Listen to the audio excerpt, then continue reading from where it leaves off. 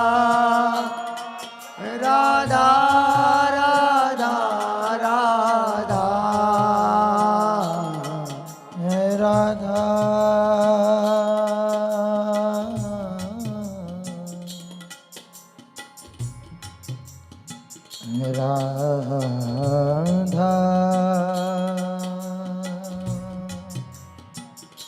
राधा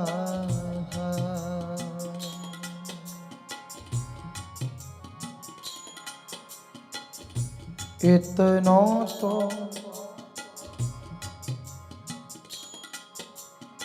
कबहू हसीने हो